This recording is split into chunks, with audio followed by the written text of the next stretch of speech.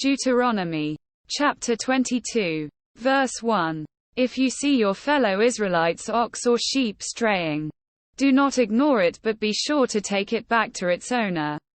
Verse 2. If they do not live near you or if you do not know who owns it, take it home with you and keep it until they come looking for it. Then give it back. Verse 3. Do the same if you find the donkey or cloak or anything else they have lost, do not ignore it. Verse 4. If you see your fellow Israelites' donkey or ox fallen on the road, do not ignore it. Help the owner get it to its feet. Verse 5. A woman must not wear men's clothing, nor a man wear women's clothing, for the Lord your God detests anyone who does this. Verse 6. If you come across a bird's nest beside the road, either in a tree or on the ground, and the mother is sitting on the young or on the eggs, do not take the mother with the young. Verse 7. You may take the young, but be sure to let the mother go, so that it may go well with you and you may have a long life. Verse 8. When you build a new house, make a parapet around your roof so that you may not bring the guilt of bloodshed on your house if someone falls from the roof. Verse 9. Do not plant two kinds of seed in your vineyard. If you do, not only the crops you plant but also the fruit of the vineyard will be defiled.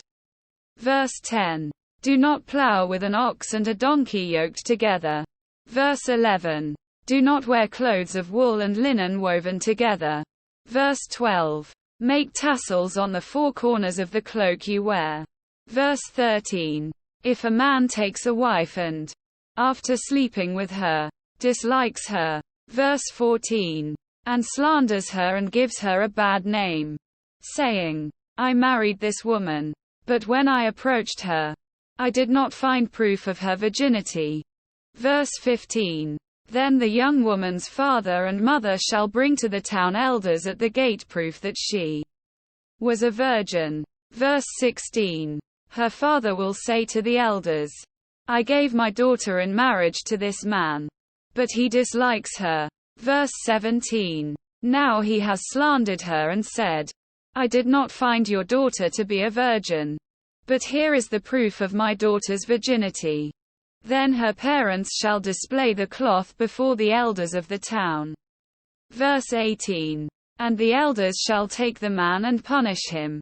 Verse 19.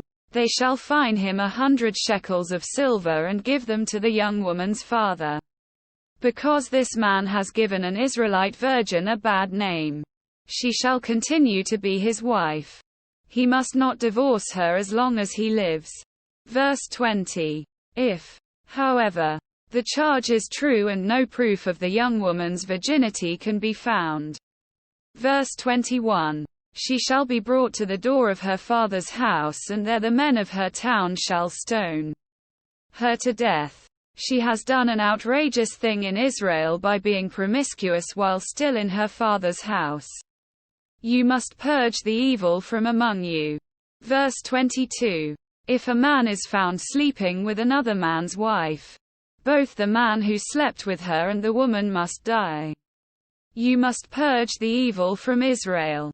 Verse 23. If a man happens to meet in a town a virgin pledged to be married and he sleeps with her.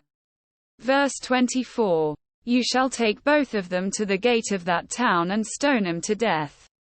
The young woman because she was in a town and did not scream for help, and the man because he violated another man's wife.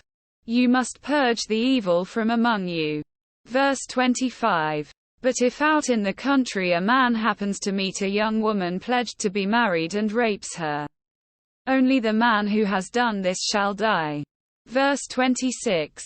Do nothing to the woman. She has committed no sin deserving death. This case is like that of someone who attacks and murders a neighbor. Verse 27. For the man found the young woman out in the country, and though the betrothed woman screamed, there was no one to rescue her. Verse 28.